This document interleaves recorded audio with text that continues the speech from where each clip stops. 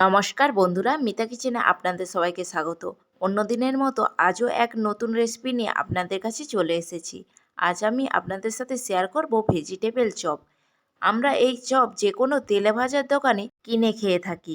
সেটা যদি নিজেরাই স্বাস্থ্যকর সুস্বাদুভাবে বাড়িতে বানিয়ে ফেলা যায়, একদম দারুণ স্বাদের, তাহলে তো আর কোনো কথাই হবে না। বিকেলের চায়ের সাথে জাস্ট জমে যাবে। তো চলুন বেশি কথা না বাড়িয়ে ভেজিটেবল চপের রেসিপিটি শুরু করা যাক। তার জন্য আমি এখানে নিয়ে নিয়েছি দুটো বিট, দুটো গাজর। বিটের পরিমাণটা একটু বেশিই রাখবেন। আমি এখানে একটি গ্রেটার নিয়ে ভালো করে গ্রেট করে নেব। এই বড় ছিদ্রটা দিয়ে ভালো করে গ্রেট করে নিতে হবে। আপনারা চাইলে ঝুরি ঝুরিভাবেও কেটে নিতে পারেন। আমি এখানে গ্রেটারের মাধ্যমে গ্রেট করে নিলাম। গাজর আর বিটটাকে ভালোভাবে গ্রেট করে নিয়ে একটি থালার মধ্যে রেখে দিয়েছি। এরপর ভেজিটেবল চপের জন্য আমি এখানে একটা স্পেশাল মশলা তৈরি করে নিচ্ছি। তার জন্য খালি কড়াইতে 1 চামচ জিরে, 1 চামচ ধনে, 1 চামচ পানমৌরি আর দুটো গোটা লঙ্কাকে দিয়ে ভালো করে নেড়েচেড়ে ভেজে নিতে হবে। যখন এর মধ্যে থেকে একটা দারুণ গন্ধ আসবে আর হালকা বাদামি রঙের হয়ে যাবে, তখন এটাকে গ্যাস অফ করে ঠান্ডা করে গুঁড়িয়ে নিতে হবে। এরপর গ্যাসের ওপর কড়াই বসিয়ে কড়াইয়ের মধ্যে কিছুটা পরিমাণ রিফাইন অয়েল দিয়ে তার মধ্যে দিয়ে দিলাম 1 মুঠো কুচনো নারকেল। নারকেলটাকে দিয়ে 2 মিনিট মতো নাড়াচাড়া করে হালকা বাদামি করে ভেজে নিতে হবে। ভাজা হয়ে গেলে একটা পাত্রের মধ্যে তুলে রেখে দিলাম। ওই একই তেলের মধ্যে দিয়ে দিলাম 1 মুঠো চিনেবাদাম।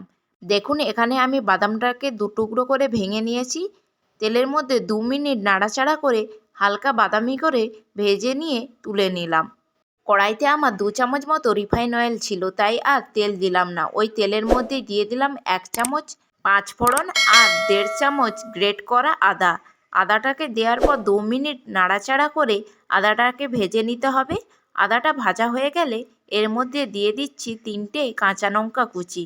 ঝালের পরিমাণটা নিজেদের স্বাদ মতো বুঝে দেবেন।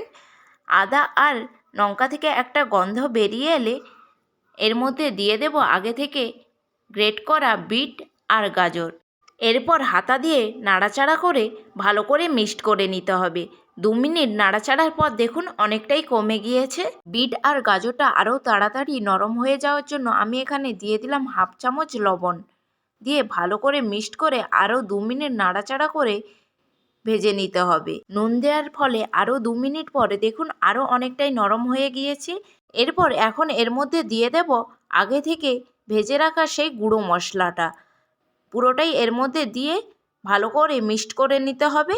মিক্সড করা হয়ে গেলে দিয়ে দেব হাফের একটু কম গরম মশলা গুঁড়ো আর দিয়ে দিচ্ছি 1/2 ফালি পাতিলেবুর রস। সমস্ত উপকরণগুলো ভালো করে মিক্সড করে সেদ্ধ হওয়ার জন্য 5 মিনিট ঢাকনা চাপা দিয়ে রাখবো। 5 মিনিট পর ঢাকনা খুলে দেখলাম একদম সেদ্ধ হয়ে গিয়েছে। হাতা দিয়ে কিছুটা ম্যাশ করে নেব। এরপর এর মধ্যে দিয়ে দেব আগে থেকে ভেজে রাখা নারকেল আর চিনেবাদাম। নারকেল আর বাদামটাকে ভালো করে মিক্সড করে নিতে হবে। মিক্সড করা হয়ে গেলে এর মধ্যে দিয়ে দেব স্বাদ হওয়ার জন্য 1 চামচ চিনি আর দিয়ে দিলাম ধনেপাতা কুচি। ধনেপাতাটা দেওয়ার পর সমস্ত উপকরণগুলো ভালো করে মিক্সড করে নিতে হবে। এখন এর মধ্যে দিয়ে দিতে হবে সেদ্ধ করা আলু। আমি এখানে একটা বড় সাইজের আলুর 1/2 ফালি আলু ব্যবহার করেছি। বাইন্ডিংয়ের জন্য যতটুকু আলু লাগবে ততটাই ব্যবহার করতে হবে, না হলে বেশি আলু ব্যবহার করলে আলু চপের মতো খেতে লাগবে। আলুটাকে ভালো করে মিক্সড করে নিতে হবে আর দিয়ে দিলাম 1/2 চামচ গাওয়া ঘি। ঘিটাকেও দিয়ে ভালো করে মিক্সড করে নিতে হবে। ঘিটা দেওয়ার কারণে খুব সুন্দর একটা গন্ধ বের হয়ে আসে। এখন গ্যাসের ফ্লেম অফ করে এটাকে একটা পাত্রের মধ্যে ঠান্ডা করতে রেখে দেব। ঠান্ডা হয়ে গেলে 2 হাতে এইভাবে কিছুটা রিফাইন অয়েল নিয়ে মেখে নিতে হবে। তারপর দোকানে যেইভাবে চপগুলো পাওয়া যায় সেই রকম আকার দেওয়ার চেষ্টা করছি।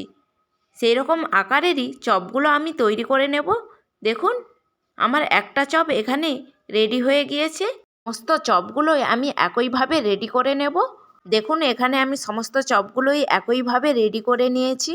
এরপর চপ বানানোর পরের স্টেপে আমি এখানে চলে এসেছি। তার জন্য আমি এখানে নিয়েছি টোস্ট বিস্কুটের গুঁড়ো আপনারা এখানে টোস্ট বিস্কুটের পরিবর্তে ব্রেড ক্রাম্বও ব্যবহার করতে পারেন। আর নিয়েছি শুকনো ময়দা আর একটা ডিম। ডিমটাকে ভালো করে ফেটিয়ে নিতে হবে। এর মধ্যে অল্প একটু লবণ দিয়ে দিলাম। লবণ দিয়ে আবারও ভালো করে মিক্সড করে নিতে হবে। প্রথমেই একটা চপ নিয়েছি। চপটাকে ভালো করে শুকনো ময়দার সাথে গড়িয়ে নিতে হবে। ময়দার সাথে ভালো করে গড়ানো হয়ে গেলে দিয়ে দেব ডিমের গোলার মধ্যে। ডিমের গোলার সাথে ভালো করে মিক্সড করা হয়ে গেলে এরপর দিয়ে দিতে হবে বিস্কুটের গুঁড়োর ওপর। ভালো করে চেপে চেপে কোটিং করে নিতে হবে। আমি এখানে ডবল কোটিং করব, তাই আবারও একবার ডিমের গোলাতে দিয়ে বিস্কুটের গুঁড়োর সাথে কোটিং করে নিতে হবে। যত ভালো করে কোটিং করবেন তত খেতে ক্রিস্পি হবে। দেখুন এখানে আমার একটা চপ একদম রেডি হয়ে গিয়েছে। এই একইভাবে সমস্ত চপগুলোই আমি রেডি করে নেব। রেডি হয়ে গেলে একটা কড়াইয়ের মধ্যে কিছুটা পরিমাণ রিফাইন অয়েল গরম করতে বসিয়ে দিয়েছি। তেলটা ভালোভাবে গরম হয়ে গেলে একে একে চপগুলোকে এর মধ্যে দিয়ে দেব। তেলটা ভালোভাবে গরম হওয়ার পরই চপগুলো এর মধ্যে দেবেন, না হলে ভেঙে যাওয়ার চান্স থাকে। চপটা ভাজতে বেশি টাইম লাগে না, যেহেতু চপের মধ্যে থাকা সমস্ত পুরগুলোই ভেজে নেওয়া, তার জন্য 3 থেকে 4 মিনিট এইভাবে উল্টে পাল্টে ভেজে নিলে যখন দেখবেন গোল্ডেন কালার হয়ে এসছে তখন তেল থেকে ছেঁকে তুলে নিতে হবে। তুলে সার্ভ করে ফেলুন গরম গরম ভেজিটেবল চপ। খুবই সহজেই আজকের রেসিপি তৈরি করে নিলাম। তো বন্ধুরা, আজকের রেসিপি আপনাদের কেমন লেগেছে অবশ্যই কমেন্ট বক্সে কমেন্ট করে জানাতে ভুলবেন না। ভালো লেগে থাকলে প্লিজ একটা সাবস্ক্রাইব করে দেবেন।